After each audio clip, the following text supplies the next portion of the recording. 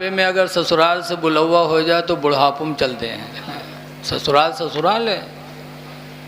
नवाब साहब के यहाँ दावत आई तो नवाब साहब ने अपने बुद्धू नौकर से कहा, बुद्धू ससुराल से दावत आई है, तो कहा चलो चला जाए। तो कहें यार पैजामा मेरा बड़ा गंदा है। तो बुद्धू कहें हमार पैजामा साफ रखा है, आप हमार पहन लो, आपके हम पहन ली। हम नौकर आदमी गंदा हुई तब हूँ चल जी। नवाब साहब कहें नहीं यार, अगर ससुराल वाले इनका कहूँ पता चलेगा कि नवाब अपने बुद्धू पैजामा पहन के आए तो कत्ती बड़ी बोरियत हुई। तो कहें नहीं नहीं पहनो, हम जाहिर थोड़ो हो देवे। नवाब साहब कहें सुन लो फिर कहूँ बताए ना। कहीं नहीं नहीं बताएंगे, पहनो। पहनाए दी सबन पैजामा और उनके पैजामा खुद पहन लिया। अब जब नवाब साहब ससुराल पहुँचे तो नवाब साहब के लिए दरवाज़ा खुल गया, अंदर चले गए और बुद्धू के लिए बाहर बरामदा में चारपाई पड़ गए, बुद्धू बाहर बैठे। गांव वाले ने पता चला कि नवाब साहब आए हैं तो लोग सोचें चलो मुलाकात किया हो जाए। कुछ लोग आए, जब मुलाकात करे तो बुद्धू बाहर बैठे हैं। लोगों ने पूछा बुद्धू नवाब साहब कहाँ हैं? तो बुद्धू कहा था अगर नवाब साहब से मिले थे तो अंदर चले जाओ और अगर उनके पैजामा से मिले है तो इधर मिल लो। तो लोग चौंके, कहीं नहीं कौन बात है? कहीं बस बात ऐसे है, अगर उनसे मुलाकात करा है तो अंदर जाओ, उनके पैजामा से मिला है तो इधर मिल लो। अब नवाब साहब सुनी तो बहुत खड़बड़ाने, लेकिन करें क्या बेचारे। लोग मुलाकात करके चले गए तो नवाब साहब निकले, कहा नालायक तूने मेरी नाक कटा दिया। कर भूल गया था, पहली गलती अल्लाह माफ़ करता, आप भी माफ़ कर दो, अब ज़बान पे नहीं आएगा। खैर बात ख़त्म हो गई। फिर कुछ लोग मिलने आए। जब मिलने आए तो नवाब से पूछा, बुद्धू से पूछते बुद्धू भाई नवाब साहब कहाँ हैं? तो बुद्धू कहा था नवाब साहब तो अंदर हैं, लेकिन एक बात सुन लो। कहीं का कहीं नवाब साहब के पास जाओ, हर बात उनसे पूछो, लेकिन उनसे उनके पैजामा न पूछो कि तुम्हारा पैजामा कहाँ है। तो कहीं क्या बात? कहीं बात ऐसे है। फिर मिलके चले गए। नवाब साहब निकले तो फिर उसको भगाने लगे, उठाई गिरा कमीना, तूने तो मेरी नाक कटा दी। तो कहा हजरत मैंने मना तो किया था, अच्छा माफ़ कर दो, अब पैजामे का नाम ज़बान पे नहीं आएगा। खैर बात ख़त्म हो गई। फिर कुछ लोग मिलने आए। फिर पूछा बुद्धू नवाब साहब कहाँ हैं? तो बुद्धू चुप। पूछता है बुधवा बताओ न रे नवाब साहब कहाँ हैं रे? फिर बुद्धू चुप, एक चुप हजार चुप। फिर कहते रे बताओ न रे बुधवा कहाँ है नवाब साहब? तो कहते हैं हम कहाँ जाने नवाब साहब कहाँ हैं, जब उनके हम पैजामा नहीं बता सके थे तो उनका कैसे हम बता सके थे। वह नवाब साहब निकले और मार के उसका भगैन दे। मारा भी गया, रुसवा भी हुआ, नौकरी भी गई। क्यों? जिद किया था कि हम पैजामा बता के रहें। सबील रब्बिका बिल हिकमा, ऐ नबी तुम लोगों को रब की तरफ हिकमत से बुलाओ, हिकमत से। वल मौइज़तिल हसना, और अच्छी तकरीर करके लोगों को अल्लाह की तरफ बुलाओ। तो ये दीन की दावत का एक ज़रिया है। इसीलिए महफिल मिलाद की बड़ी फजीलत है। आपने सुना होगा रसूलुल्लाह सल्लल्लाहु अलैहि वसल्लम के पहले खलीफा और हुजूर के दोस्त और सबसे पहले ईमान लाने वाले वो हज़रत अबू बकर सिद्दीक़ रदी अल्लाह अन्हु सबसे पहले ईमान लाए। वो कहते हैं मन अनफ़क़ दिरहमन अला क़रात मौलदिन नबी जिसने नबी की मीलाद पढ़ाने पर 1 रुपया खर्च किया, कान रफ़ीक़े फ़िल जन्ना, वो जन्नत में मेरा साथी होगा। हुजूर के दोस्त अबू बकर का साथी होगा। और हुजूर के दूसरे खलीफा हज़रत उमर फ़ारूक आज़म कहते हैं, मन अनफ़क़ दिरहमन अला क़रात मौलदिन नबी, जिसने नबी के मिलाद पढ़ने पर 1 रुपया खर्च किया, फ़क़द अहयल इस्लाम, तो उसने इस्लाम को ज़िंदा कर दिया। लिहाजा जलसा कराने वालों, अपने नसीब पे नाज करो कि आज तुम्हारी मेहनत की कमाई इस जलसे में लगी हुई है। अदीदम जनाब जलाल अहमद जो इस नौजवानी में इसके सदर बने, जनाब अजीज़म हाफिज़ मोहम्मद अनस, हज़रत मौलाना इलियास साहब, ये लोग बराबर फ़ोन करते रहे, इनकी दावत पे हाज़िरी हुई। देखो, अल्लाह के रसूल आए तो किस लिए आए? नफ़रत को मिटाने के लिए,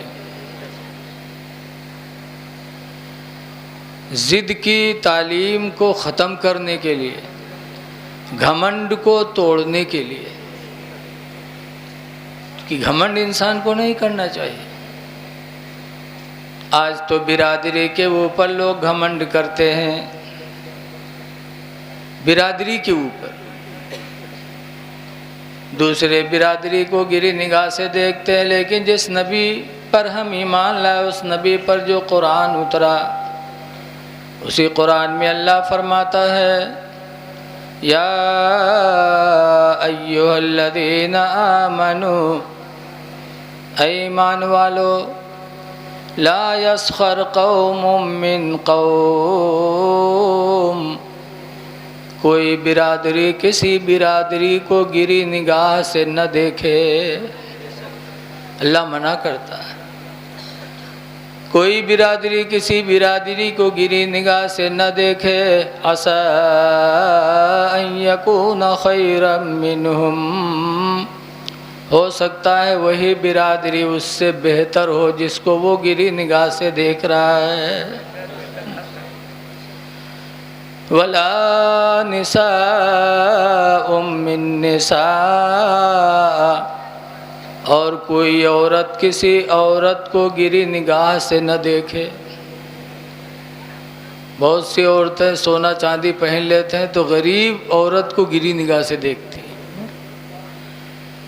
अल्लाह फरमाता वाला निसाउम मिन निसा, कोई औरत किसी औरत को गिरी निगाह से न देखे।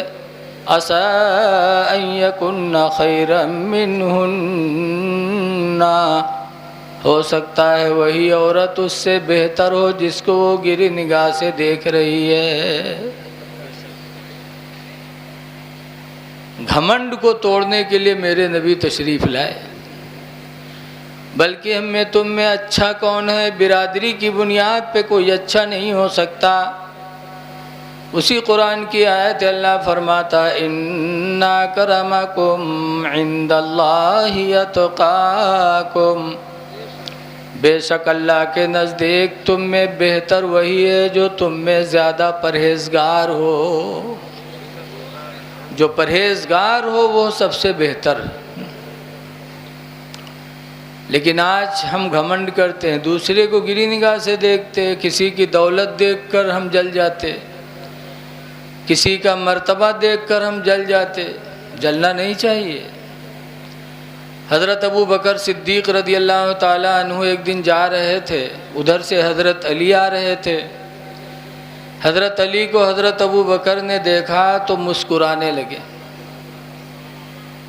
एक मोमिन मोमिन को देखे तो मुस्कुराए, मुस्कुराने लगे। तो हज़रत अली ने हज़रत अबू बकर को देखा तो वो भी मुस्कुराने लगे। तो हज़रत अली पूछते हैं, अबू बकर ये बताओ तुम मुझे देखकर मुस्कुराए क्यों? तो हज़रत अबू बकर कहते हैं, मैंने हुजूर से सुना, हुजूर ने फरमाया है कि क़यामत के दिन जन्नत में जाने का टिकट अली बांटेंगे। बेशक बेशक सरकार ने फरमाया कि जन्नत में जाने का टिकट अली देंगे, जिसको देंगे वही जन्नत में जाएगा। तो तुम्हारा मर्तबा सुनकर और तुम्हें देखा तो मुझे खुशी हासिल हुई कि अल्लाह ने आपको इतना बड़ा मर्तबा अता फरमाया। लेकिन अली ये बताओ तुम हमें देखकर क्यों मुस्कुराए? तो अली कहते हैं, मैंने भी हुजूर से सुना है, हुजूर ने फरमाया कि अली क़यामत के दिन जन्नत में जाने का टिकट उसी को देना जिसके दिल में अबू बकर की मोहब्बत हो। बेशक बेशक, सुभान अल्लाह सुभान अल्लाह। ऐ अली, जन्नत में जाने का टिकट उसी को देना जिसके दिल में अबू बकर की मोहब्बत होगी। पता चला सहाबा में इतनी भाईचारगी थी, एक दूसरे के मर्तबे को सुनकर खुश होते थे। बेशक बेशक। आवाज़ तो जलते हैं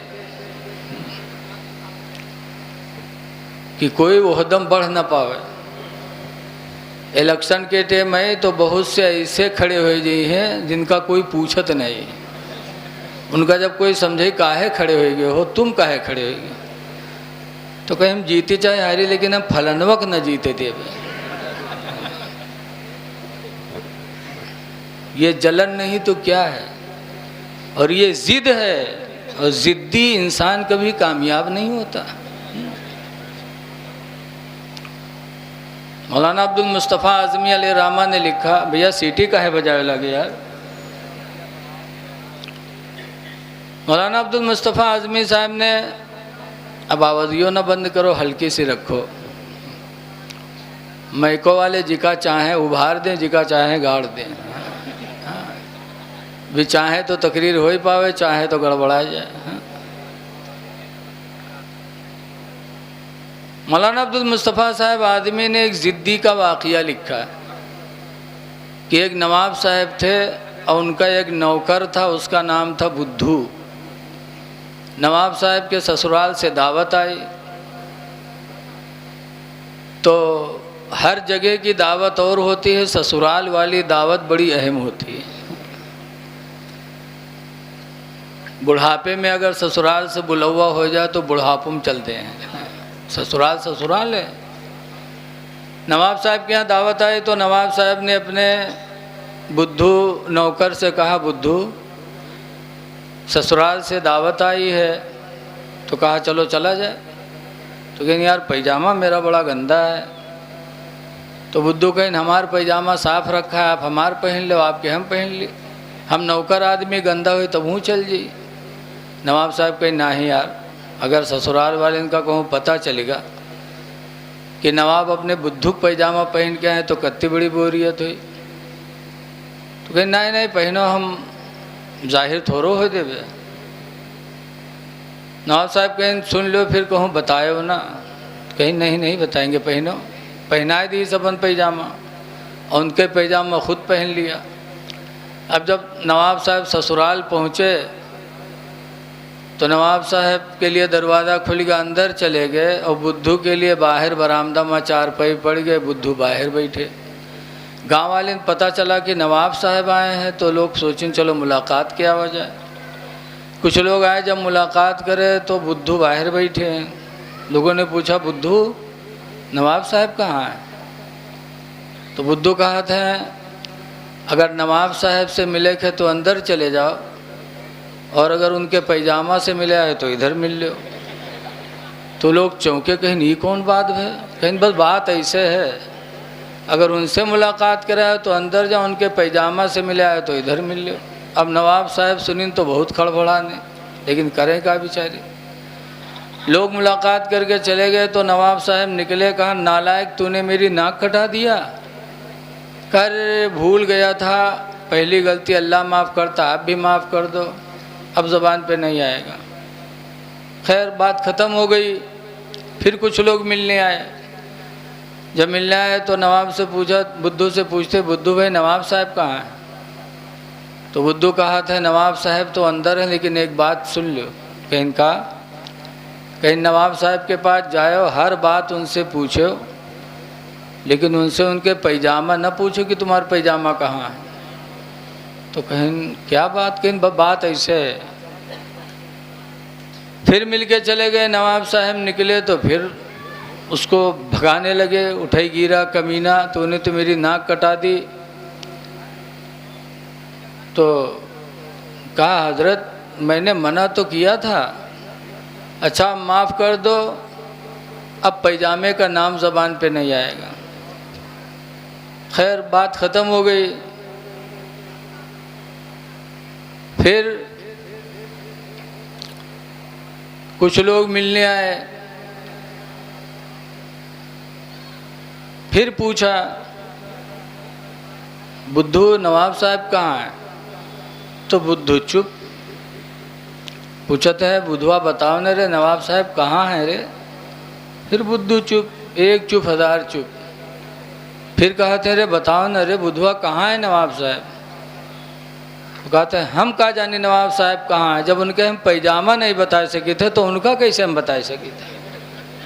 वह नवाब साहब निकले और मार के उसका भगैन दी। मारा भी गया, रुसवा भी हुआ, नौकरी भी गई। क्यों? जिद किया था कि हम पैजामा बता के रहेंगे। लिखते हैं जिद का अंजाम बुरा है। जिद न करो, घमंड न करो। अल्लाह बहादुरी दे दे तो बहादुरी पे भी नाज न करो। बहादुरी मिल जाए तो अपने पड़ोसी को तंग न करो, अपने भाई को परेशान न करो बहादुरी की बुनियाद पर। अल्लाह के रसूल से बड़ा बहादुर कौन था? अरब के अंदर एक पहलवान रहता था जिसका नाम था रुकाना। बहुत बड़ा पहलवान था। ये पंखा काहे बंद करवाएंगे? पंखवा चालू कर दे भैया अगर हो सके तो। अरब का बहुत बड़ा पहलवान था रुकाना। कोई उससे मुकाबला के लिए नहीं आता था सामने। बहुत हई भी था, इतना मोटा कि अगर गिर पड़े ऊपर से तो काम तमाम हो जाए। कोई नहीं आता था। लेकिन अल्लाह के रसूल सल्लल्लाहु अलैहि वसल्लम रुकाना के दरवाजे पर इस्लाम की दावत देने गए। कहे रुकाना, जिस खुदा ने तुझे पहलवानी अता फरमाई है उसी खुदा पर तू ईमान ले आ। वो खुदा एक है, मैं उसका रसूल हूँ। रुकाना कहता आप रसूल है? कहा जी। रुकाना कहता अगर आप रसूल हो तो मुझे पटक के दिखाओ। अगर तुम मुझे पटक दोगे तो मैं तुमको रसूल मान लूँगा। अल्लाह के रसूल ने फरमाया आओ।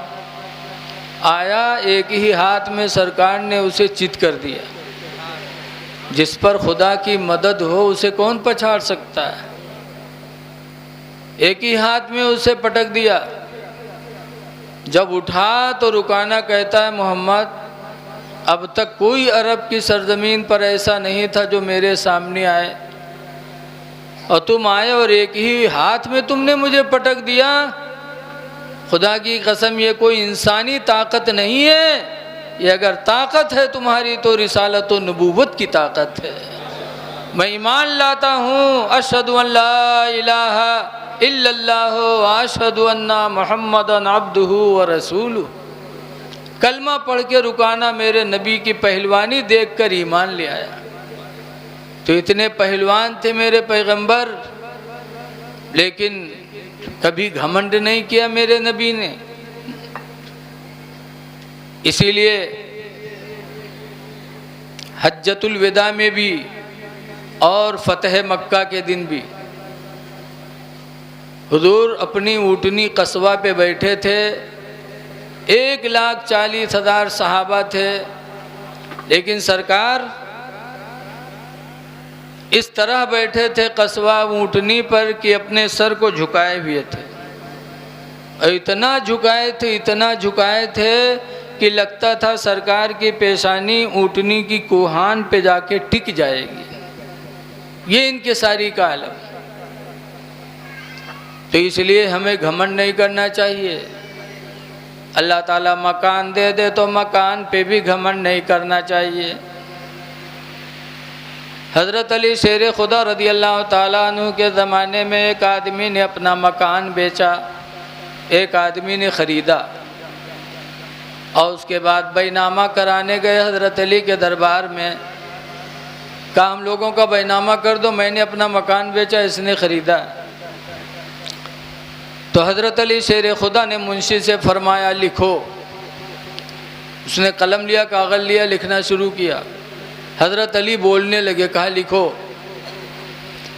इस तरह मगरूर मिन मगरूरिन दारा, कि एक घमंडी ने दूसरे घमंडी से घर खरीदा। लिखो। फिर फरमाया वही फी सिक्कतिल गाफिलीन, और ये भी लिखो कि वो मकान गाफिलों की गली में है। गाफिलों की गली में, जो अल्लाह के रसूल से गाफिल रहते हैं, उस गली में है, लिखो।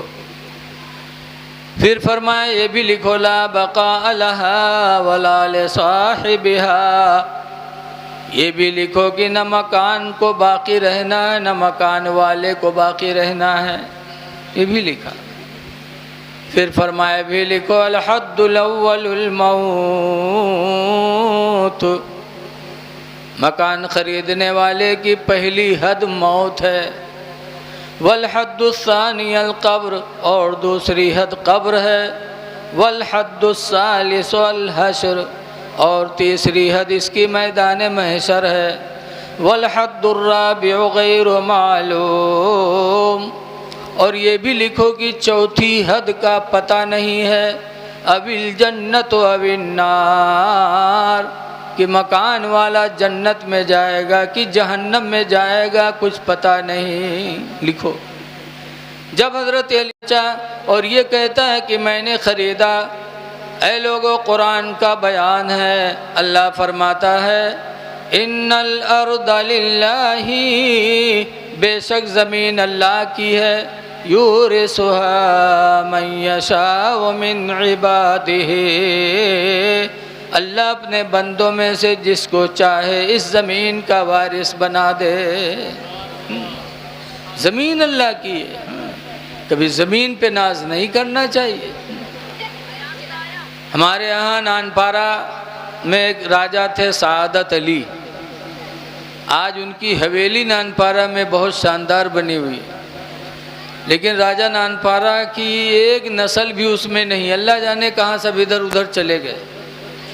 और आज उस हवेली में नानपारा के डफाली बिरादरी रहते, जिन्होंने ख़रीद लिया राजा से।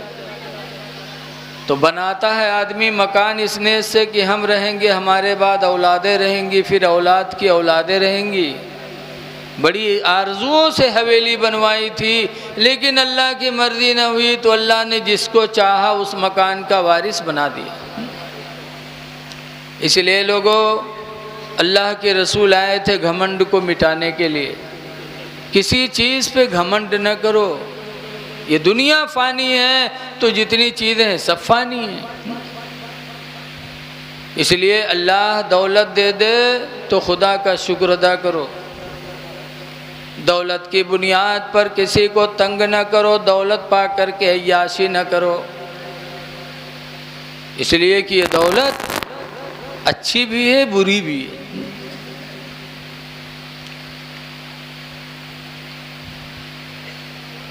बहुत से दौलतमंदों को देखा गया कहाँ से कहाँ चले गए। बहरहाल हुजूर तशरीफ़ लाए तो हम लोगों के दिलों की मुरझाई हुई कलियाँ खिल गईं।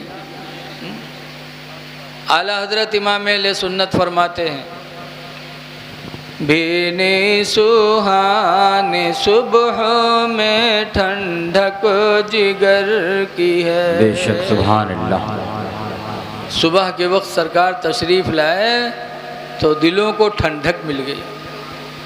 भीनी सुहानी सुबह में ठंडक जिगर की है, भीनी सुहानी सुबह में ठंडक जिगर की है,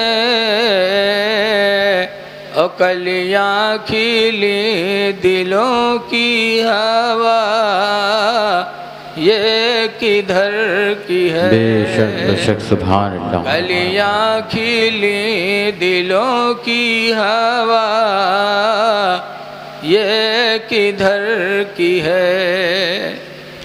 और जिस सरजमीन पर मेरे नबी ने कदम रखा उस सरजमीन का मर्तबा, फरमाते आला हजरत, अल्लाहु अकबर अपने कदम और ये खाक पाक, अल्लाहु अकबर अपने कदम और ये खाक पाक, हसरत मलाइका को जहाँ वज़े सर की है, हसरत मलाइका को जहाँ वज़े सर की है। तो अपने नबी की ज़िंदगी पढ़ो, सुनो कि हमारे नबी की ज़िंदगी कैसी थी। हमारे आपके नबी मक्का में पैदा हुए, बोलो कहाँ पैदा हुए। एक जलसा में पूछा कि हुजूर कहाँ पैदा हुए, तो एक आदमी कहा थे अजमेर शरीफ में।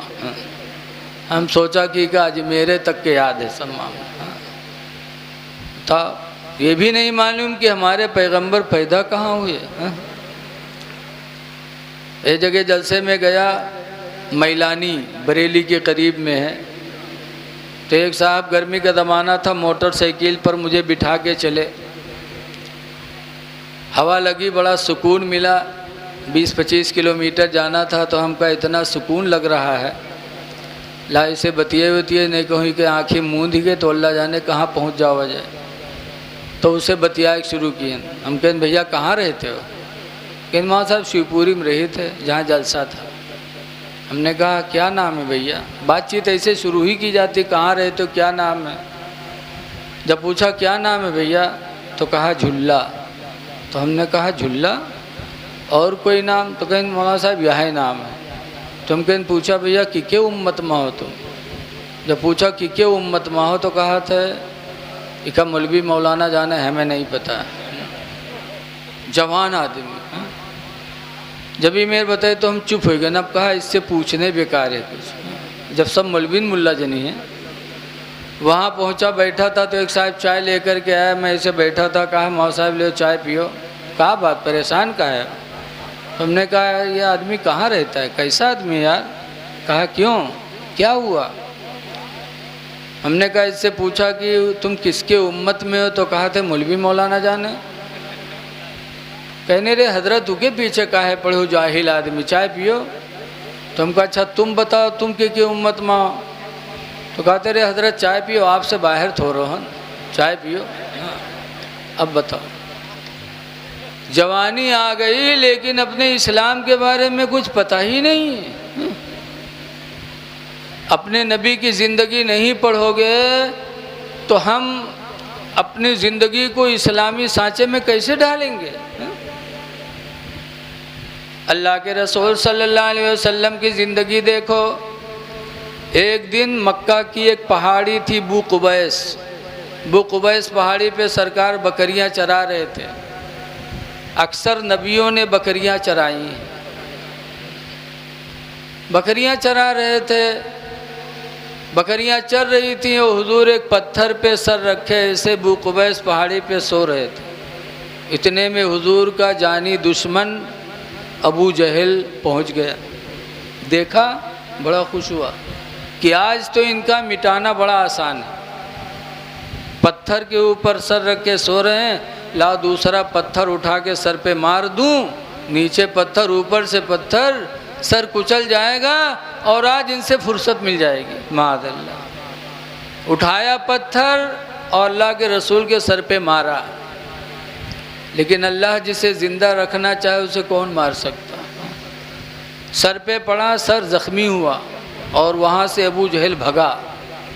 लेकिन उसके साथ उसकी एक नौकरानी थी बांदी, वो ही रह गई। अबू जहल भगा तो वो बांदी रोती हुई आई हरम में, काबे में, और काबे की दरवाज़े की जंजीर को पकड़ के रोने लगी। इतने में अल्लाह के रसूल के चचा, हुजूर के चचा अमीर हमज़ा, बहुत बड़े पहलवान थे मक्का के, घोड़े पर बैठे तीर और कमान लिए जंगल जा रहे थे शिकार करने। काबे के दरवाज़ा से गुजरे और अबू जहल की बांदी को रोते हुए देखा तो कहा क्यों रो रही है? तो अबू जहल की लौंडी कहती है अमीर हमज़ा तुम्हारी गैरत मर गई, तुम्हारे लिए शर्मो हया नहीं रह गई। कहा क्या हुआ? कहा तुम्हारा भतीजा मोहम्मद इतना अच्छा, लोग सता रहे हैं और तुम्हें कोई गैरत नहीं आती। कहा क्या हुआ? कहा आज तुम्हारा भतीजा मोहम्मद बुकबैस पहाड़ी पे बकरियां चरा रहा था, पत्थर पे सर रखे सो रहा था, मेरा मालिक अबू जहल पहुंचा और बग़ैर गलती के सर पे पत्थर मारा, उनका सर ज़ख्मी हो गया। तुम्हें शर्म नहीं आती कि तुम पहलवान हो और तुम्हारा इतना अच्छा भतीजा अरब में सताया जा रहा है। जब अमीर हमज़ा ने सुना तो गैरत आई, पूछा है कहाँ अबू जहल? उंगली से इशारा किया बांदी ने। हरम में बैठा हुआ था एक जगह, हजरत अमीर हमज़ा गए, अभी ईमान नहीं लाए थे। अमीर हमज़ा गए और ऐसी कमान मारी कि अबू जहल का सर फटा। कहते हैं तू नहीं जानता मोहम्मद मेरे भतीजे, तेरी हिम्मत तो मेरे भतीजे पर हाथ उठाए तूने। ये कहा अबू जहल चुप। अमीर हमज़ा वापस आए, गए हुजूर के घर खैरियत लेने। तो जब हुजूर के घर अमीर हमज़ा पहुँचे तो क्या देखते हैं कि हुजूर लेटे हैं और सर में ज़ख़म है, खून है। हुजूर की बीवी हज़रत खदीजा कपड़ा जला जला के उसकी राख हुजूर के सर में भर रही हैं, ज़ख़म में लगा रही हैं। अमीर हमज़ा पहुँचे तो आँखों में आंसू आ गए अपने भतीजे की हालत देखकर। कहते हैं मेरे भतीजे मोहम्मद गम न करना, अभी अभी मैं अबू जहल का सर फाड़ के आ रहा हूँ, गम न करना, मैं बदला ले आया हूँ। तो हुजूर की रहमत देखो, ज़िंदगी देखो मेरे पैगंबर की। फरमाते हैं चचा आप बदला लेके आए हो और मुझसे कहते हो खुश हो जाओ। खुदा की कसम मुझे कोई खुशी नहीं, आपने मेरा बदला लिया, मुझे कोई खुशी नहीं है चाचा। कहा बेटा तब तुम्हारी खुशी किस चीज़ में है? तो हुजूर फरमाते हैं चचा मेरी खुशी तो जब होगी जब मेरा लाया हुआ पैगाम आप कबूल कर लोगे, इस्लाम कबूल करोगे तो मेरे दिल को राहत होगी, बदला लेने से मुझे खुशी नहीं होती है। अमीर हमज़ा कहते हैं मेरे भतीजे मोहम्मद अगर तुम्हारी खुशी इसी में है तो मैं कलमा पढ़ता हूँ ला इलाहा इल्लल्लाह मुहम्मदुर रसूलुल्लाह सल्लल्लाहु अलैहि वसल्लम। अमीर हमज़ा कलमा पढ़ के मुसलमान हो गए। तो जिस नबी की हमने मीलाद सजाई है वो नबी बदला लेने से खुश नहीं होते थे, बल्कि जो पैगाम लेके आए थे उस पैगाम को जब कोई कबूल करता था तो खुश होते थे। ए लोगों आप भी बदला लेने का जज्बा न पैदा करो, बदला न लो, बल्कि अल्लाह के रसूल का फरमान सुनो। हदीस पाक में अनसिन काला काला रसूलुल्लाह, हज़रत अनस से रवायत है, फरमाते अल्लाह के रसूल ने इरशाद फरमाया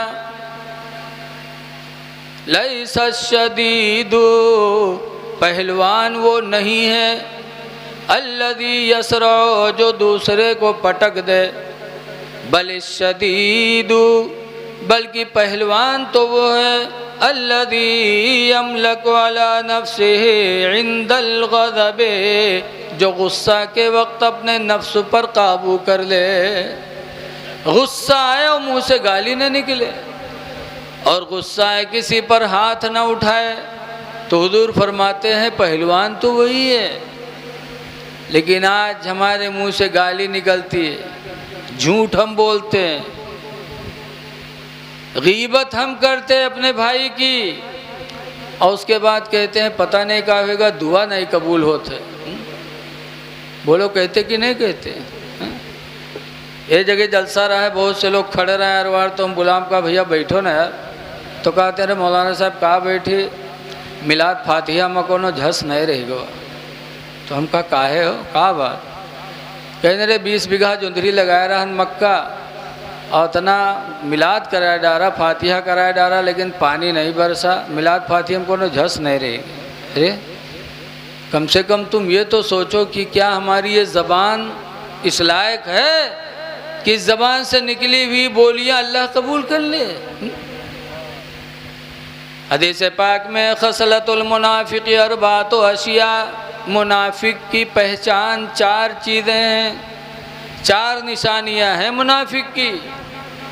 नंबर 1 पर जोर फरमाते इज़ा तकल्लमा फकज़िबा, मुनाफिक की पहचान ये है कि जब वो बोलेगा तो झूठ बोलेगा। और दूसरी पहचान फरमाया वइज़ा ख़ासमा फफजरा, और जब वो झगड़ा करेगा तो गाली बकेगा। गाली बकना, झूठ बोलना ये मोमिन की पहचान नहीं, मुनाफिक की पहचान है। फिर आज हम कहते हैं कि हमारी दुआएं नहीं कबूल होती हैं। दुआ कैसे कबूल होगी? एक बुज़ुर्ग थे हज़रत बाबा फरीदुद्दीन गंजे शकर अलैहिर्रहमा, बहुत बड़े पाए के वली और पीर गुजरे। एक दिन एक जलसे में बैठे तकरीर कर रहे थे, इनके मुरीद लोग कुछ आए और हाथ जोड़ने लगे, कहा बाबा फरीद हम सब आपके मुरीद हैं, गरीबी ने कमर तोड़ दिया, बच्चे भूखों मर रहे हैं, बाबा फरीद कुछ मदद कर दो, मेरे बच्चे फाका से बच जाएं। एक ज़माना था कि मुरीद लोग पीर से मदद मांगने जाते थे और अब ज़माना पलट गया, अब पीर साहब मुरीदन से मदद मांगे आवत। जहाँ खाना खर्चा घटा वह पीर साहब मुरीदन में दौरा करे शुरू कर दी। एक टाइम था कि मुरीद पीर से मदद मांगते थे। हज़रत बाबा फरीद को अपने मुरीदों पे तरस आया, कहा जाओ मिट्टी का ढीला ले आओ। मिट्टी का ढीला लेके आए, एक आदमी मिट्टी का ढीला लाया, बाबा फरीद ने मिट्टी का ढीला लिया, अव्वल आखिर दरूद शरीफ पढ़ा, 3 मरतबा कुल हुवल्लाह पढ़ा और फूंक छोड़ा तो मिट्टी का ढीला सोना बन गया। कह दो सुभान अल्लाह। दिया मुरीदों को, कहा जाओ बेचकर अपनी ज़रूरत पूरी कर लो। मुरीद लोग गए, सोने का ढीला पा गए, बेचा तो सब माला माल हो गए। उस जलसा में यहाँ बहुत आदमी बैठे रहे, एक आदमी देखिस तो चौंका, कहे सरे तो सोना बनाना बड़ा आसान है, आज मालूम भवा हो हैं? अव्वल आके दरूद पढ़ो, 3 मरतबा कुल हुवल्लाह पढ़ो, फूंक छोड़ो, सोना तैयार। देखिस ब मिलाद से उठा और गवा घरे, अपने औरतिया को उठा, इसके उठ रे उठ, जब मिट्टी का ढीला लेके आओ। तो चौकी की रात में मिट्टी ढीला कहा करी हो, जल्दी कर, बाद में पता नहीं बने न बने, रे जल्दी लाओ। तो औरतिया और चौकी गई, बहुरो कुछ बताइयो कहाँ बने न बने। तो कहने रे अभी बाबा फरीद क्या बैठा था, उन्होंने मिट्टी के ढीले पे अव्वल आखिर दरूद पढ़ा, 3 मरतबा कुल हुवल्लाह पढ़ के फूंक छोड़ा तो मिट्टी का ढीला सोना बन गया। जल्दी कर, अभी ताज़ा ताज़ा मामला है उनके वहाँ से आ रहा हूँ, बाद में अल्लाह जाने पता न बने, पता नहीं बने न बने रे, जल्दी लाओ। तब औरतिया के समझ में आवा तो रात में उठी गई खेते में यहाँ और बहुत बड़ा चिप्पा ढूंढ के लेके सर पर लाद के, चल नहीं पाए, उतना बड़ा चिहार उठाए ले, धीरे हापत कापर ला के रखिस। मर्दवा कहिस क्या रे तुझे हम ढीला कह रहे, तो पूरा चिहारे उठाए ले रे। तो कहे सर जल्दी करो, बने तो चिप्पा चिहार बने, ढीला काहे बने। हाँ। तो वो सोचिस कि हाँ पढ़े तो वत्ते ही परी, तो रखी चिप्पा सामने, तो क्या आँखी बंद कीस, अव्वल आके दरूद पढ़ी, 3 मरतबा कुल हुवल्लाह पढ़ी, फूंक छोड़िस, फिर आँखें खोलिस तो देखिस वो मिट्टी की चिप्पा वैसे धरा है।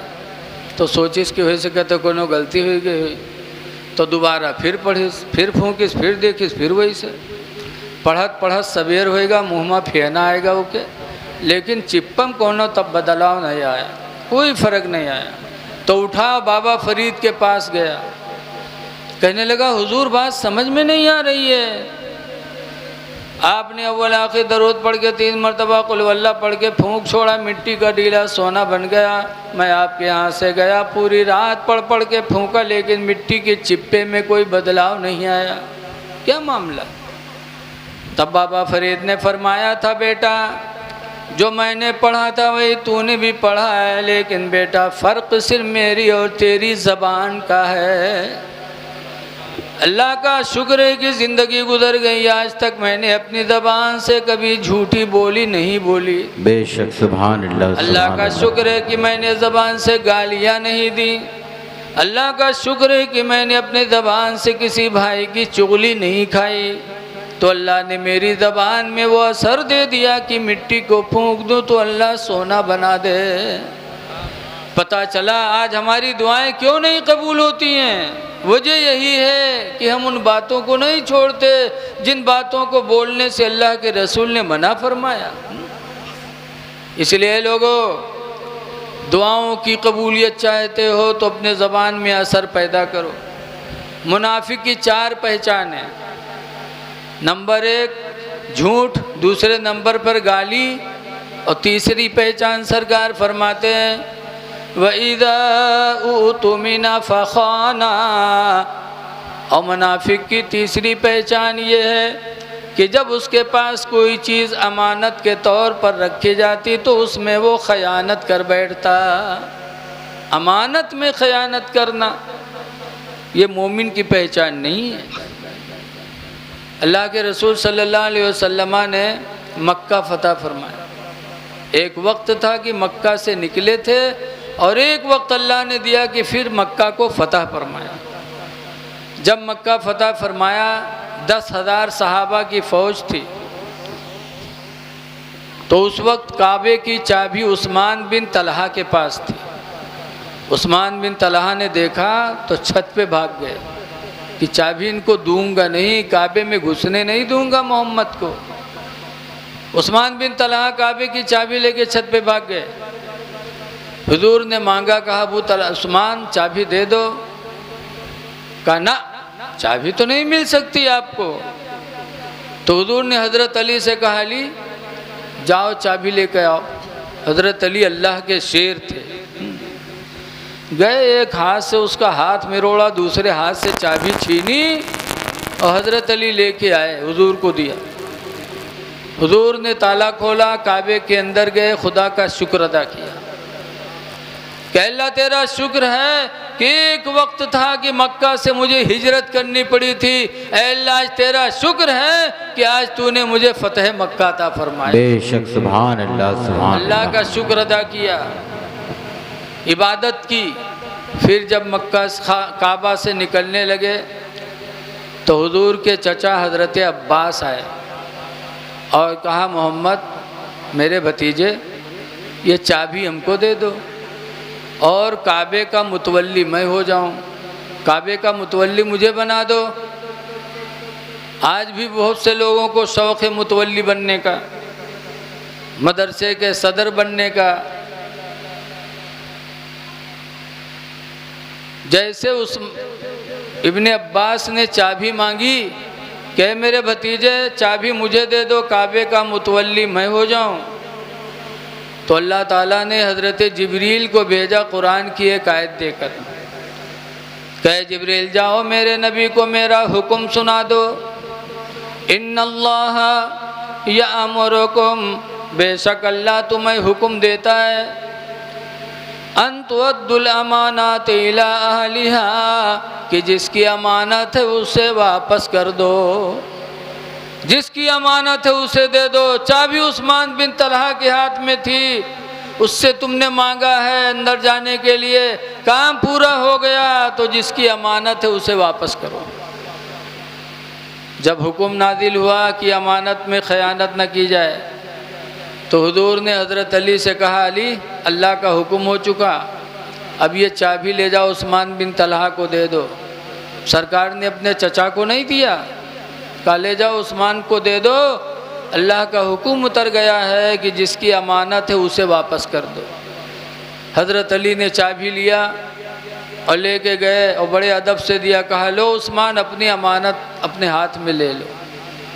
तो उस्मान को ताज्जुब हुआ, कहने लगे अली चाबी लेने आए थे तो बड़ी बहादुरी दिखाया था तुमने, हाथ मिरोड़ा मेरा, हाथ से दूसरे हाथ से चाबी छीनी। और भैया ज़रा माइक की आवाज़ थोड़ा स्लो कर लो चाहे, कि ताकि इसकी आवाज़ में भनभनाहट न रहे। कहा अली चाबी लेने आए थे, बड़ी बहादुरी दिखाया था और बड़ी मोहब्बत से दे रहे हो। तो अली कहते हैं क्यों ना मोहब्बत से दूं, मेरे पैगंबर पर खुदा का हुक्म नादिल हुआ है कि मोहम्मद अल्लाह तुम्हें हुक्म देता है कि जिसकी अमानत हो उसे वापस कर दो, अमानत हड़प न करो। इसलिए हुक्म मिल चुका है अल्लाह का, अल्लाह के रसूल का, इसलिए चाबी तुमको वापस कर रहा हूँ। तो उस्मान बिन तलहा अभी ईमान नहीं लाए थे। जब सुना तो उस्मान बिन तलहा कहते हैं अली इस्लाम के अंदर ये हुक्म है कि जिसकी अमानत हो उसे वापस कर दो। कहाँ अल्लाह का हुक्म नादिल हो चुका। तो उस्मान बिन तलहा कहते हैं अली अगर यही बात है कि इस्लाम का मिजाज ये है कि किसी की अमानत हड़पी न जाए, तो जिस इस्लाम का मिजाज ये हो कि अमानत में ख़यानत न की जाए, खुदा की कसम वो इस्लाम कभी झूठा नहीं हो सकता। मैं इस्लाम कबूल करता हूँ, ला इलाहा इल्लल्लाह मुहम्मदुर रसूलुल्लाह सल्लल्लाहु अलैहि वसल्लम। उस्मान बिन तलहा एक मसले को देखकर ईमान कबूल कर लिया। बेशक बेशक सुभान अल्लाह। और आज हम मुसलमानों की दूसरी की अमानत हड़पते हैं। बहुत से किराए पर दुकान लेंगे और 2-4-6 साल रही हैं, उसके बाद कहीं हमारे अब्बा के रो, हमारा अब्बा बनवाई ना है, मुकदमा कर देंगे।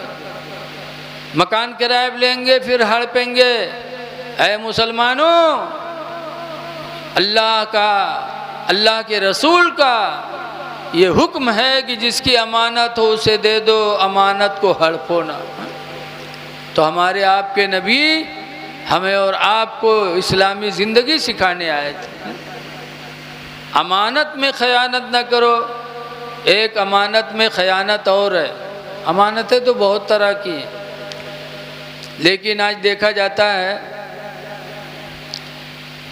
कि आज हम में आप में बहुत से लोग सऊदीया जाते हैं तो अपने पड़ोसी से कहते मेरे भाई मैं सऊदीया जा रहा हूँ, खुदा जाने कब आऊँ, साल 2 साल के बाद, लिहाजा तुम मेरे बीवी बच्चों का ख्याल रखना, मेरे बीवी बच्चों का ख्याल रखना। गोया कि उसने अपने परिवार को आपके पास अमानत रख दिया, वो चला गया। अब आज हम लोग क्या करते हैं, जाते हैं उनके घरों में बैठते हैं और बैठते बैठते बैठते बैठते उसकी बीवी की इज्जत पर हाथ उठाते हैं, बिटिया बहन पर निगाह उठाते हैं। ऐ लोगों, इसमें कई गुनाह है। एक तो अमानत में खयानत, दूसरा ये कि जिना का गुनाह, तीसरा ये कि पड़ोसी का तुमने हक मारा। कई कई गुनाह होते हैं। इसलिए मेरे भाई, जब कोई अपना भाई परदेश जाए और अपने बच्चों को तुम्हारे हवाले कर दे तो अमानत समझो, अमानत समझकर उनकी खिदमत करो, तो अल्लाह भी राज़ी होगा, अल्लाह का रसूल भी राज़ी होगा। किसी की माँ बहन पर गलत निगाहें न उठाओ। हम मुसलमान हैं। एक अंसारी थे मदीने मुनव्वरा के, एक अंसारी जा रहे थे, देखा कि एक औरत को 2-4 यहूदी छेड़ रहे हैं। अंसारी मुसलमान ने देखा तो तन्हा भीड़ गया, कहा ना, एक अजनबी औरत और तुम लोग उसके ऊपर हाथ उठा रहे हो, ऐसा कभी नहीं होगा। किसी की बहन बेटी होगी, वो हमारी भी बहन बेटी है। अंसारी मुकाबले के लिए तैयार हो गया, यहूदियों से लड़ने लगा, कहा जीते जान मैं किसी माँ बहन बेटी की इज्जत नीलाम नहीं होने दूंगा। अंसारी लड़ने लगा। रवायतों में है कि इतना लड़ा कि लड़ते लड़ते वो अंसारी शहीद हो गया।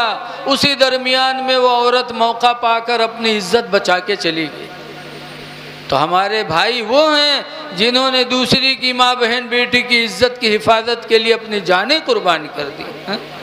और आज हम उनके मानने वाले दूसरी की माँ बहन बेटियों पे गलत निगाहें उठाते हैं। हज़रत उस्मान गनी रदी अल्लाह ताला अन्हु की खिलाफत का ज़माना था। हज़रत उस्मान अमीरुल मोमिनीन थे। एक नौजवान हज़रत उस्मान गनी की दारुल सल्तनत में गया और सलाम किया तो हज़रत उस्मान गनी ने मुंह फेर लिया, जवाब नहीं दिया। तो उधर गया, कहा अस्सलाम वालेकुम, तो हज़रत उस्मान गनी ने इधर मुंह कर लिया। तो उधर आया, कहा अस्सलाम वालेकुम, तो हज़रत उस्मान गनी कहते हैं मैं तेरे सलाम का जवाब कैसे दे दूँ, तेरी निगाहों में मुझे ज़िना दिखाई पड़ता है, तेरी आँखें ज़ानी हैं, मैं तेरे सलाम का जवाब कैसे दे दूँ। वो खफा हो गया, कहा अरे अमीरुल मोमिनीन, आपने मुझे ज़ानी कह दिया, खुदा की कसम कभी मैंने ज़िना किया ही नहीं, आपने मेरी आंखों में ज़िना कैसे देखे। तो हज़रत उस्मान गनी कहते अल्लाह को हाजिर जानकर बोल कि आज तू फला रास्ते से जा रहा था, एक औरत गुजरी, तेरी निगाहें उस पर पड़ी, तो उस वक्त तक तू खड़ा देखता रहा जब तक वो औरत पर्दे में न हो गई, आड़ में नहीं चली गई। कहा हाँ अमीरुल मोमिनीन ऐसा हुआ। तो हज़रत उस्मान गनी कहते हैं लकल ऊला, तेरे लिए पहली नज़र तो माफ़ थी, वाले का सानिया, और दूसरी निगाह जो तूने डाला तो तूने ज़ना कर लिया, तेरी आँखें ज़ानी हो गईं।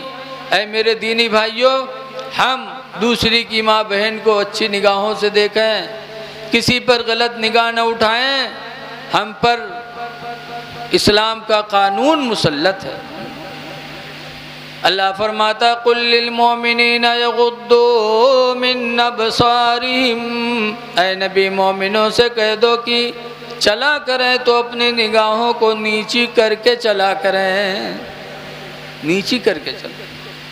वकुल लिल मोमिनाति यगदुदना मिन अबसारिहिन्ना, और औरतों से कह दो कि वो भी चलें तो अपनी निगाहों को नीची करके चला करें। ये मुसलमान की शान है। लेकिन आजकल ना मर्द माने ना औरतें माने। आजकल हमारी माँ बहनें किस तरह चलती, शादी ब्याह में बन संवर के चलेंगी, क्या इस्लाम इजाज़त देता है? अल्लाह कुरान हकीम में फरमाता ला युबदीना ज़ीनतहुन्ना, कि औरतें अपना बनाव संवार जाहिर न करें, जीनत इख्तियार करके किसी को दिखाएं ना। इल्ला लिबुलतिहिन्ना, मगर अपने शौहर के सामने। औरत बनाव संवार करे तो शौहर के सामने, औ आबाइहिन्ना, या अपने बाप के सामने, औ आबाई बुलतिहिन्ना, या अपने ससुर के सामने। बाहर ज़ेबो ज़ीनत को जाहिर न करे। लेकिन आजकल की औरतें घर में रही हैं तो कोई ज़ेबो ज़ीनत नहीं। तो कह जाइए मदरसा में, कहिए मौलाना भैया तेने कुछ बनाए दो, पूछो का बात, तो कहे हमरे यहाँ गुडवा कब्बा तो हमरे लग निगाहें नहीं उठाओ। तो बताओ घर में रही हो, महीना नहाई हो ना, तो आदमी की निगाह उठेगी हैं? जब मेलम जई हैं, शादी ब्याह में जई हैं, तब बनिए संवरिए। और वहाँ कोनो से मुस्किया बतियाए ली ना, कोनो मर्दवा कहूँ देख लीस, वहीं से लतियावे शुरू कर देते कि तू किससे बोलत रहे रे। ऐ मेरी माँ बहनों, अगर खुशी की ज़िंदगी चाहती हो तो बनाव संवार करके घर में रहो, ताकि तुम्हारा शौहर देखे तो खुदा का शुक्र अदा करे कि अल्लाह तेरा शुक्र है कि तूने हसीनो जमील बीवी मुझे तूने अता फरमा दिया। लेकिन आज हम इस पे अमल नहीं करते। लिहाजा हम गुजारिश करते हैं कि लोगों पाक व साफ़ रहो, हमारी माँ बहनें भी पाक व साफ़ रहें, इसलिए कि कुरान में है वयुहिब्बुल मुतत्तहिरीन, अल्लाह ताला पाक रहने वाले लोगों को महबूब बना लेता है। जो पाक व साफ़ रहते हैं अल्लाह उन्हें अपना महबूब बना लेता है। पाक व साफ़ रहो, सफाई हदीस में अत्तुहूरु निस्फुल ईमान, पाक रहना आधा ईमान है। आधा ईमान तो नबी फरमाते हैं पाकी में है। जब मियाँ बीवी पाक रहेंगे, साफ सुथरा रहेंगे, तो इंशाअल्लाह नफ़रत नहीं होगी, कभी तलाक की नौबत नहीं आएगी, क्योंकि इंसान की फितरत में सफाई दाखिल है। जैसे कोई मेहमान किसी के यहाँ पहुँचता है और साफ़ सुथरा बच्चा अगर सामने आ जाता है तो मेहमान थोड़ी देर के लिए बच्चे से प्यार भी करता है, गोदी मुठा लेते हैं। और अगर कोई मेहमान पहुँचो घर से, वो में अल्लाह रिका निकरे जी के बुल्ल बुल्ल ना के बहात हो, तो बताओ का कोई चुम्मा लियू के। पाकी इंसान की फितरत में दाखिल है, इसलिए लोगों पाको साफ रहो, खुदा जाने किस वक्त बुलावा आ जाए। पाको साफ रहो, नबी के ग़ुलाम बन के जी लो, हो सकता है किस वक्त बुलावा आ जाए तो दुनिया से जाओ तो मुसलमान बन के जाओ। अल्लाह कुरान में फरमाता वला तमूतुन्ना इल्ला व अंतुम मुस्लिमून, हरगिज़ हरगिज़ तुम ना मरो मगर मुसलमान बन के मरो। और मुसलमान की पहचान है कि चेहरे पे दाढ़ी हो। आला हज़रत इमाम अहले सुन्नत के पास एक नौजवान आया, क्या हुजूर बड़ी परेशानी के दिन है, वजीफ़ा कोई बता दीजिए। तो आला हज़रत ने फरमाया वजीफ़ा पढ़ना मुस्तहब है और चेहरे पे दाढ़ी रखाना वाजिब है। जब वाजिब अदा करोगे तब मुस्तहब अल्लाह कबूल करेगा। अगर चाहते हो कि वजीफ़ा कबूल हो तो पहले चेहरे पे दाढ़ी रखाओ, क्योंकि दाढ़ी रखाना वाजिब है। आला हज़रत ने कोई वजीफ़ा नहीं बताया, चला गया। वो कुछ दिनों के बाद दाढ़ी रखा के जब आया तब आला हज़रत फरमाते हाँ अब तुमने दाढ़ी रखा ली, वाजिब पर अमल कर लिया, अब मुस्तहब पढ़ोगे तो अल्लाह उसे कबूल करेगा। इसलिए लोगों ग़ुलाम नबी बन जाओ। सहाबे किराम की ज़िंदगी देखो, सहाबा को नमाज पे नाज नहीं थी, न रोज़ा पे नाज, न तिलावत कुरान पे नाज, बल्कि ग़ुलामी पे नाज था। बुखारी की हदीस में है, एक सहाबी थे जिनका नाम है हज़रत सफ़ीना। एक दिन अल्लाह की राह में जिहाद के लिए निकले तले तना, और जंगल में पहुँचे, रास्ता जंगल का था। जंगल में पहुँचे, अल्लाह की मर्ज़ी की शेर सामने आ गया। हज़रत अली के सामने जब जंगल का शेर आया तो हज़रत सफ़ीना के सामने जब जंगल का शेर आया तो सफ़ीना की क्या हालत हुई है? खासपुर इस गांव का नाम है ना। अच्छा बताओ खासपुर वालों, अगर कहो गन्ना के खेत में जाओ, कहो शेर तुमका मिल जाए अकेले तो क्या हाल हुई बताओ। नीचे कपड़ा तो खराब हुई जी। और रसूलुल्लाह के सहाबी से मुलाकात हुई थी जंगल में शेर से, तो नबी की सहाबी की क्या शान थी। हदीस पाक में जब जंगल में शेर से मुलाकात हुई तो हज़रत सफ़ीना ने कहा था या अबल हारिस, ए जंगल के शेर, अना मौला रसूलुल्लाह, मैं रसूलुल्लाह का ग़ुलाम हूँ।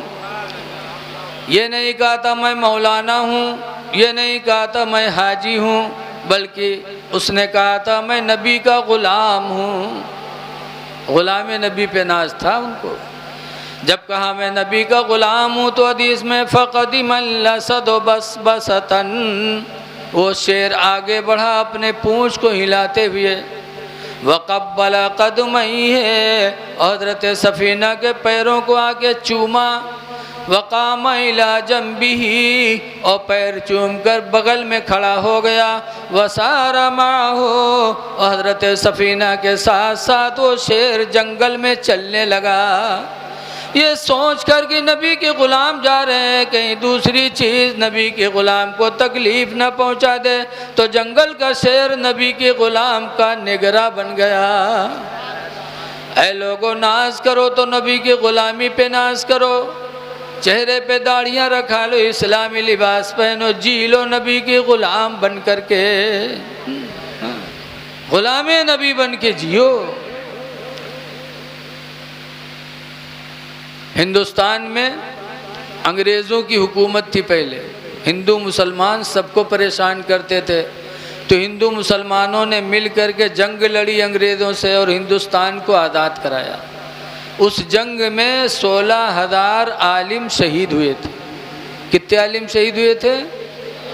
हिंदुस्तान की आज़ादी में 16,000 आलिम शहीद हुए थे।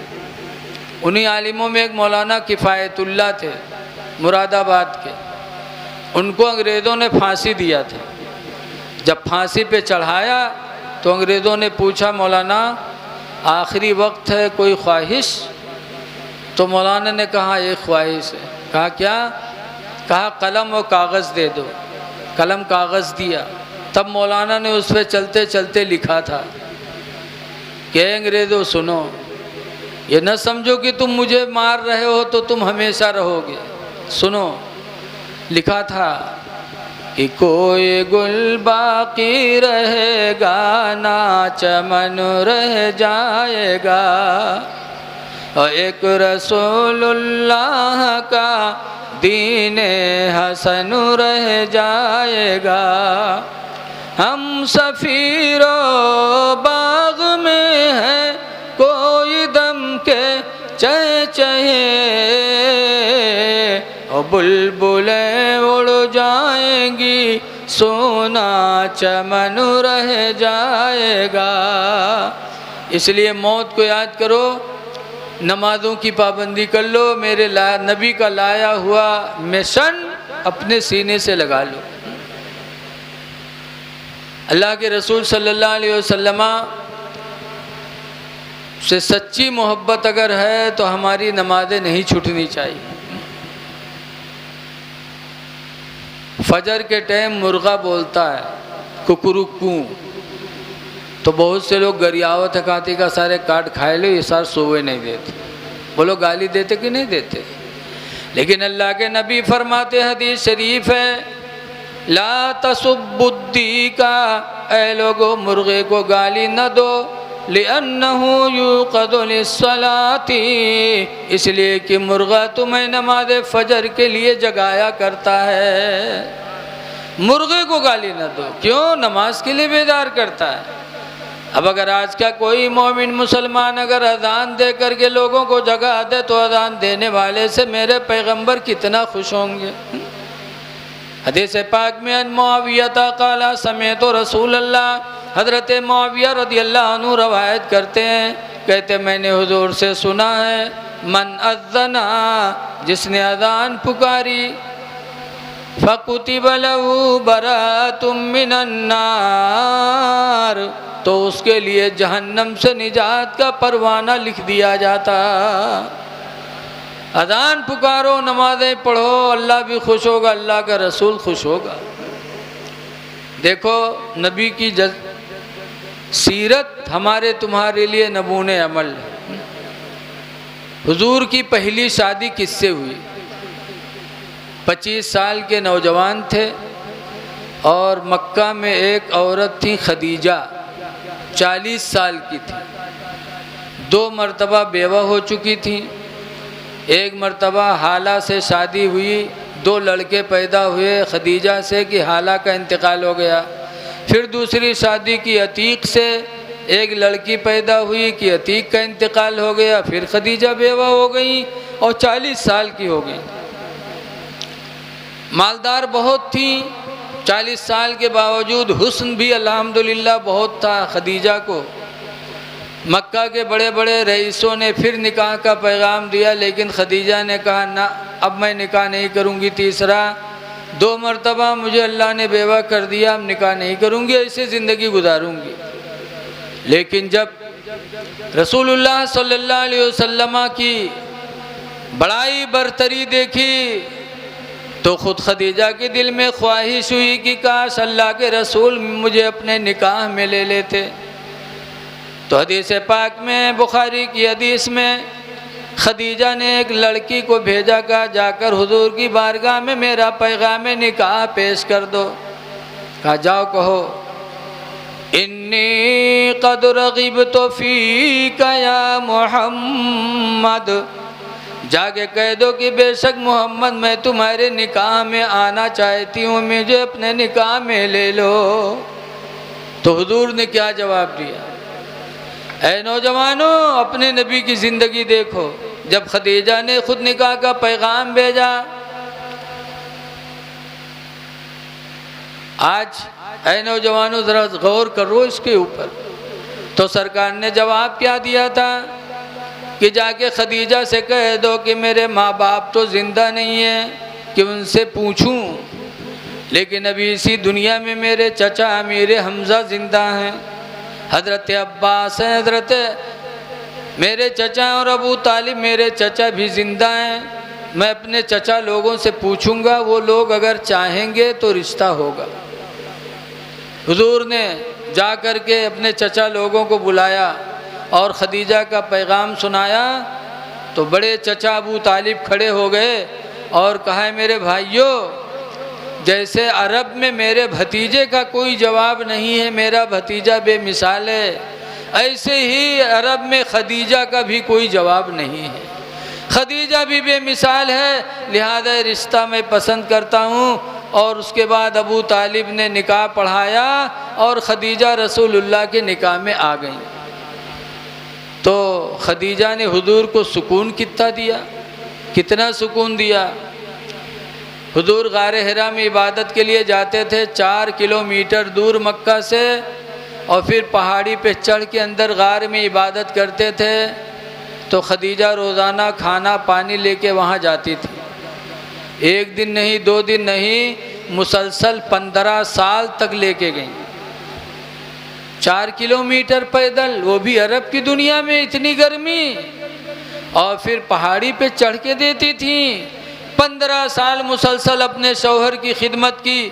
तो अल्लाह ताला ने हज़रत जिब्रील को भेजा, कहा जिब्रील जाओ और खदीजा को मेरा सलाम सुना दो, कि खदीजा को कह दो तुम्हारा रब तुमको सलाम पेश करता है, और कह दो खदीजा से कि शौहर की खिदमत के बदले में मैंने उसके लिए जन्नत में मोतियों का महल बना के रखा है। पता चला एक औरत जब शौहर की खिदमत करती है तो अल्लाह ताला उस औरत का महल जन्नत में बेहतरीन तैयार करता है। 15 साल तक खाना पीना खिलाया। उसके बाद जब हुजूर 40 साल के हो गए तो कुरान नाजिल हुआ। जिब्रील आए, पहली मर्तबा कहा इकरा पढ़ो। हुजूर ने फरमाया माना बेकारिन में पढ़ने वाला नहीं। फिर फरमाया इकरा पढ़ो। सरकार ने फरमाया माना बेकारिन में पढ़ने वाला नहीं। तीसरी मर्तबा जिब्रील ने हुजूर को अपने सीने से लगाया और कहा इकरा बिस्म रब्बिकल लज़ी खलक़, अपने रब का नाम पढ़ो जिसने तुम्हें पैदा किया है। तो हुजूर पढ़ने लगे। कुछ आयतें पढ़ा के जिब्रील चले गए। हुजूर को तकलीफ़ महसूस हुई तो हुजूर घर गए और खदीजा से कहते ज़म्मिलूनी या खदीजा, अय खदीजा मुझे चादर ओढ़ाओ, मुझे चादर ओढ़ा दो। लक़द खशीतु अला नफ्सी, मुझे अपनी जान का डर लग रहा है। जब हुजूर घबराए, 15 साल तक खिदमत किया, खाना ले जाके खिलाया, और आज जब हुजूर परेशान हो रहे हैं तो हज़रत खदीजा सुकून की बोली बोल रही हैं, कल्ला वल्लाहि ला युख़ज़िकल्लाहु अबदा, हरगिज़ हरगिज़ अल्लाह आपको कभी रुसवा नहीं करेगा। आप क्यों घबरा रहे हैं? अल्लाह आपको कभी रुसवा नहीं करेगा। क्यों? इन्नका लतसिलुर रहमा, इसलिए कि तुम लोगों पर रहम किया करते हो।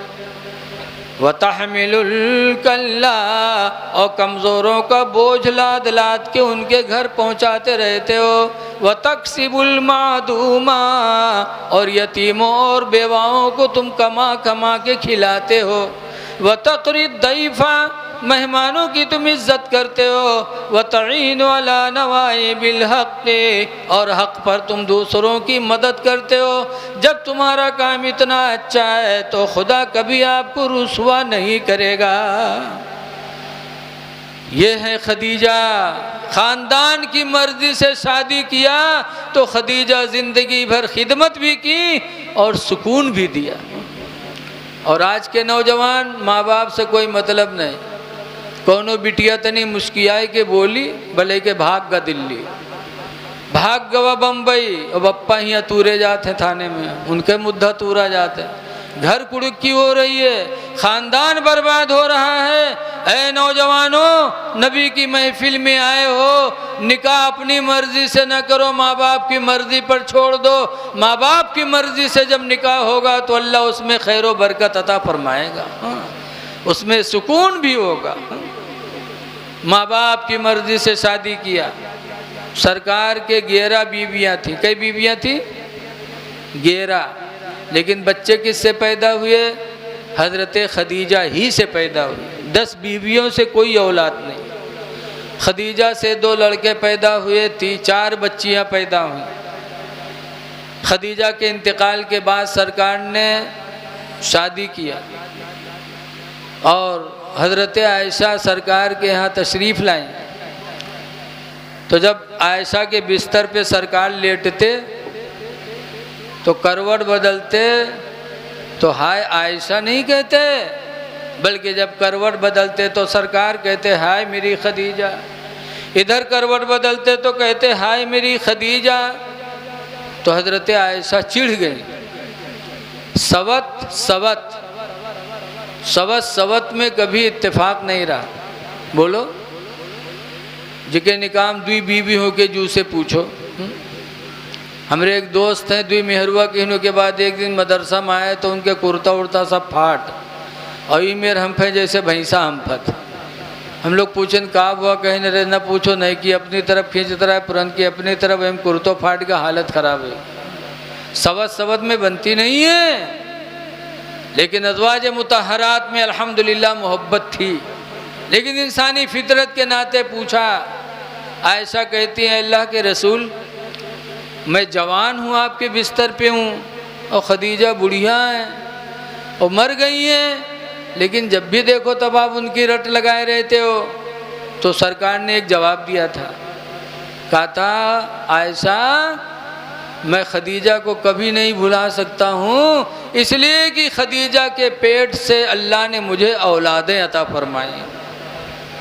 खदीजा के पेट से अल्लाह ने मुझे औलादें अता फरमाई। खदीजा के मेरे ऊपर एहसान है, इसलिए खदीजा को मैं कभी भुला नहीं सकता।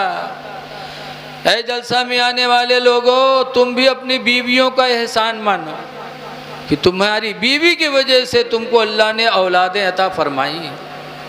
नबी की सुन्नत है कि बीवी जब बच्चे वाली हो जाए तो उसका एहसान मानो कि उसके वजह से अल्लाह ने तुम्हें साहिब औलाद बना दिया। लेकिन आज लोग सोचते थे हम कमाए कमाए खवाई थे, हमरे एहसान। हज़रत उमर फारूक आज़म कहा करते थे कि औरत के मर्द पर कई एहसान हैं। पहला एहसान तो औरत का यह है कि औरत की वजह से मर्द की निगाहें गुनाहों से बचती। दूसरा एहसान ये है कि औरत अपने पेट में 9 महीना तक अपने शौहर की अमानत को महफूज रखती है।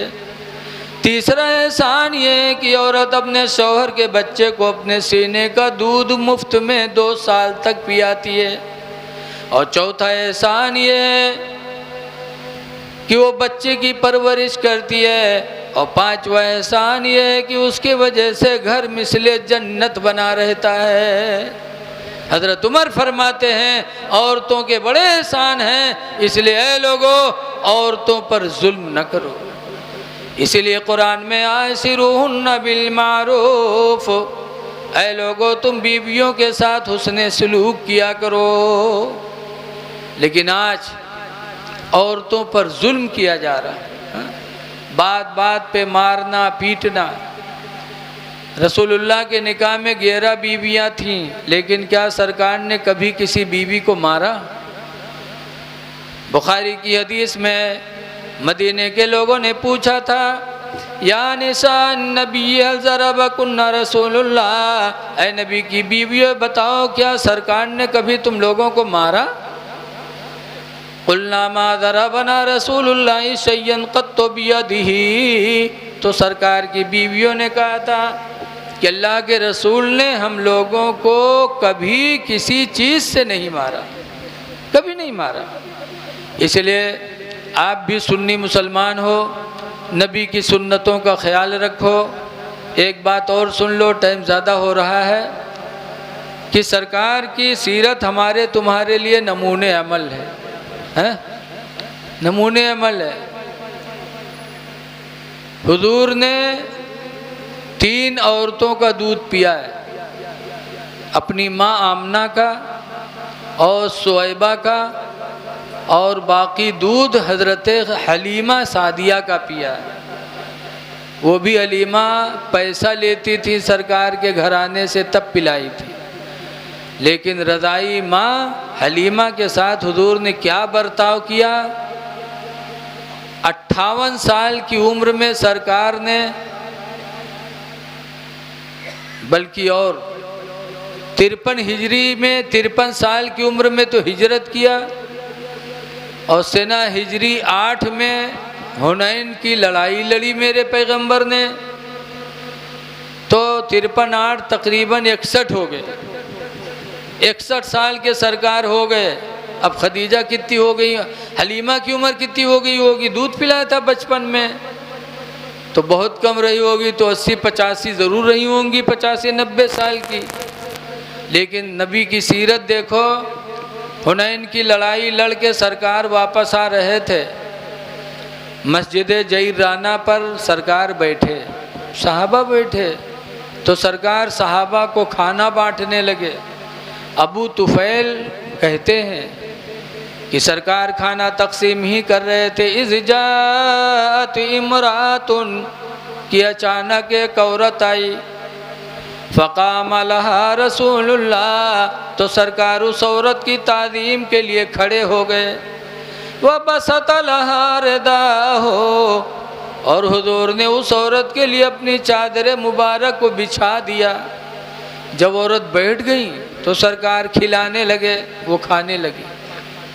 तो जो सहाबा थे उनको हैरत हुई कि या अल्लाह, ये कौन बुढ़िया है कि इसकी आमद पर सरकार ताज़ीम के लिए खड़े हो गए, अपनी चादर रहमत भी बिछा दिया, खिला भी रहे हैं, मोहब्बत से देख भी रहे हैं, ये कौन औरत है। तो जो नहीं पहचानते थे उन लोगों ने पूछा, मन हिया, ये कौन है। फ़क़ालू, तो लोगों ने कहा, हिया उम्मुहु अल्लती अर्दातहु, ये हुजूर की माँ हलीमा जिन्होंने हुजूर को बचपन में दूध पिलाया था। अब गौर करो मुसलमानों, 61 साल हो गए थे दूध पिए, लेकिन आज अपनी माँ हलीमा को देखा तो चादर रहमत भी बिछाई और ताज़ीम भी मेरे नबी ने किया और खिलाया भी।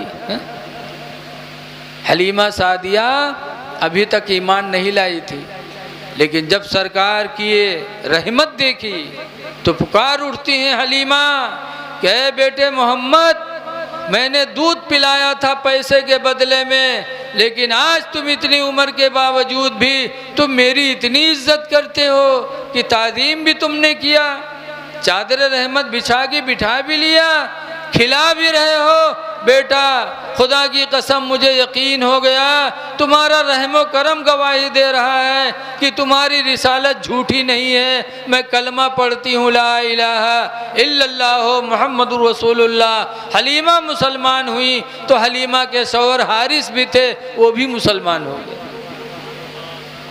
ऐ लोगों, सरकार ने अपनी रज़ाई माँ के लिए चादर बिछाया।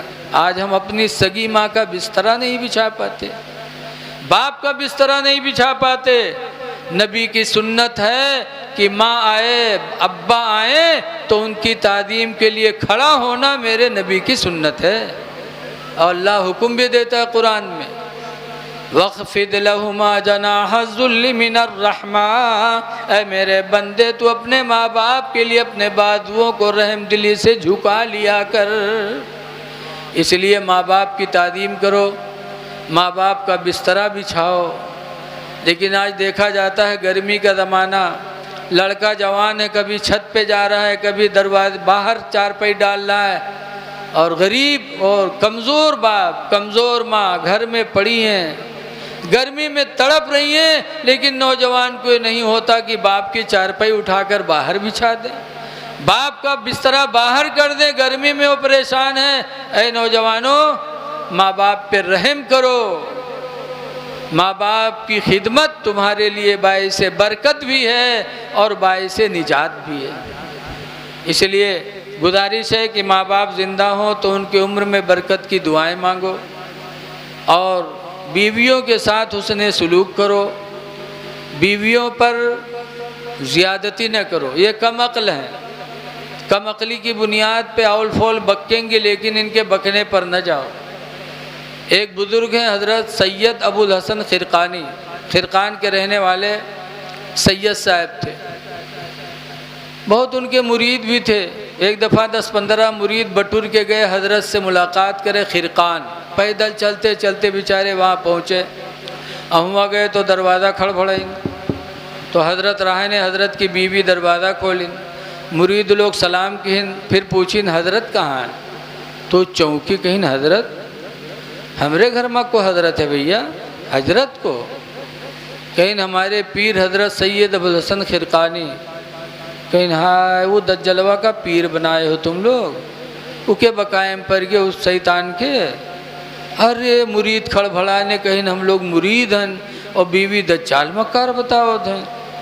तो मुरीद लोग पूछिन कहाँ हैं? तो कहीं जंगल लकड़ी ले गवा है, अब आवत हुई। अब बेचारे बौरा बिलल्ला बने सब खड़े थे। इतने में देखते हैं कि हज़रत सैयद अबुल हसन खिरकानी जंगल के शेर पर बैठे हैं, लकड़ियों का बोझ आगे रखे हैं और घर की तरफ आ रहे हैं शेर पर बैठकर। बीवी देखिस बस भाग घर में, कहीं साहब दुश्मनवा शेर बुलाए लाओ। बंद गए मुरीद बेचारे कहाँ भाग जाएं। हजरत जब आए तो शेर से नीचे उतरे, लकड़ी का बोझ उतारा, शेर ने पैर चूमा और जंगल की तरफ रवाना हो गया। जब शेर जंगल चला गया तब मुरीदों ने कहा हुजूर बात समझ में नहीं आती है कि आपका मर्तबा इतना ऊंचा कि शेर आपकी फर्मा बरदारी कर रहा है, शेर आपके पैरों को चूम रहा है और आपकी बीवी आपको दज्जाल मक्कार कहती है। तो हजरत ने फरमाया, कहा सुनो, ये मर्तबा जो मुझे मिला है, ये विलायत अल्लाह ने जो मुझे दी है, ये उसी बीवी की बदतमीज़ी पर सब्र करने की वजह से कि मेरे माँ बाप ने उससे निकाह कर दिया। जाहिला है, जाहिलियत की बुनियाद पर बेतुकी बातें कहती रहती है, लेकिन आज तक न मैंने उसको कभी मारा, न मैंने कभी तलाक का इरादा किया, तो अल्लाह ने सब्र की वजह से मुझे विलायत अता फरमा दी। इसलिए लोगों, औरतें कमअक्ल हैं, कमअक्ली की बुनियाद पर ये कुछ भी कह सकती हैं। थोड़ी थोड़ी बात पर कहीं असिल की हो तो छोड़ दो, तो मर्दवा के हाँ रे असिल के नब्बे छोड़ दे, कहीं तो छोड़ दे असिल के हो तो कहीं मुँह खुले ही जाते अब, कहीं खोल दे असिल के हो तो मुँह खोल, अब्बे मुँह खुल जाए हमारे, कहीं खोल दे तो लागत है मुँह में बम धरे हब्बे दाग दे। लेकिन वो हवा का औलाद कहाँ माने वाली, ब खोल दे तो असिल के हो तो खोल दे आज। और जब खुला था तो अल्लाह जाने एक सांख में कत्ती तलाक देते, तलाक तलाक तलाक तलाक। और के बाद जब गुस्सा ठंडई जनिए कि हाँ अब तो हमरे लिए हराम हो गया, तब जइए मदरसा में, कबहू मौलवी मौलाना न बोली हैं ये मुसीबत है, तो जइए दूरे से कि हज़रत सलाम अलैकुम, का बात हो? अरे हज़रत एक काम गड़बड़ाएगा बनाए दो। पूछो का हुआ? कहीं गुस्सा में है बीवी को तलाक दे दिया। कई दफ़ा दी हो, कहीं नहीं तो गुस्सा में जान ही नहीं पाए, कई दफ़ा बक गए। जब मौलाना ने बताया तुम्हारे लिए हराम हो गई, तो कहीं ना ही हज़रत जो उन खर्चा पानी हो ले लो का बनाओ कोई सूरत से, लागत है वह में कोनो दुआ तबीज होत हैं। दूसरे मदरसम के हुत भगाएगे, इत्तेफाक से एक दज्जाल मौलवी मिलेगा, उसे कहीं तो मौलवी कहते कत्ता खर्चा दे हो, कहीं मौलवी जौन बते तो दे दे बनाए दो कोई सूरत से, तो मौलवी कहते रुपया ले बे 10,000, लेकिन काम तुम्हारा बिल्कुल लोहा कह देगा। बीवी का मामला 10,000 निकाल के दे दी। जब 10,000 पाएगे मौलवी तो पूछा था अच्छा ही बताओ कौने दिन तलाक दिए रहा है।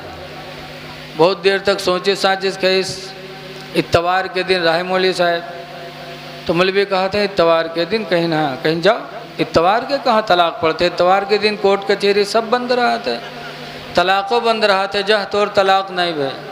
जैसे तलाक दे वाले वैसे दज्जाल मौलवी दुनिया में पैदा होगी। हाँ ऐ लोगो तलाक न दो, तुम्हारे नबी ने निकाह किया है लेकिन तलाक नहीं दिया है। निकाह करना मेरे नबी की सुन्नत है लेकिन तलाक देना मेरे नबी की सुन्नत। इसलिए लोग मर्दों, औरतों के साथ हुस्ने सलूक करो। मेरे नबी रहमत का पैगाम देने आए थे। दुआ है कि अल्लाह तबारक व तआला हमको आपको अपने नबी के बताए हुए रास्ते पर चलने की तौफीक अता फरमाए और हमेशा मौत को याद रखो ताकि गुनाहों से बचते रहो और अच्छी बैठक में बैठो, आलिमों के पास बैठो, नेकोकारों के पास बैठो। लेकिन आजकल लोग जहाँ देखो वहाँ मौलवी मौलाना की बुराई करत हैं। आखिरी बात में कह के तकरीर ख़त्म कर रहा हूँ। हुज़ूर सल्लल्लाहु अलैहि वसल्लम पर एक आयत नाजिल हुई, मा काना मुहम्मदुन अबा अहदिम मिर रिजालिकुम, मोहम्मद तुम मर्दों में से किसी के बाप नहीं, वलाकिर रसूल अल्लाह, लेकिन अल्लाह के रसूल हैं, व ख़ातमन नबिय्यीन, और आखिरी नबी हैं। सहाबा ने सुना तो पूछा कि अल्लाह के रसूल आप आखिरी नबी हैं? कहाँ? कहा आपके बाद कोई नबी नहीं आएगा? कहा ना। तो सहाबा ने कहा अल्लाह के रसूल फिर दीन कौन बताएगा? दीन कौन सिखाएगा? हम लोग दीन किससे हासिल करेंगे? तो हुज़ूर ने फरमाया था कि मेरे बाद कोई नबी नहीं आएगा लेकिन मेरी उम्मत के जो आलिम होंगे उनसे तुम्हें दीन की दौलत मिलती रहेगी। इसलिए लोगों, दीनदारों से कुर्ब हासिल करो ताकि अल्लाह ताला तुम्हारे दिलों में खौफ खुदा पैदा करे। दुआ है जिन लोगों ने जलसा सजा अल्लाह उन्हें दोनों जहान की खुशियाँ अता फरमाए। आमीन। अस्सलामु अलैकुम वरहमतुल्लाहि वबरकातुहू। वालेकुम अस्सलाम वरहमतुल्लाहि ताला बरकातुहू। खड़े हो जाइए, सलातो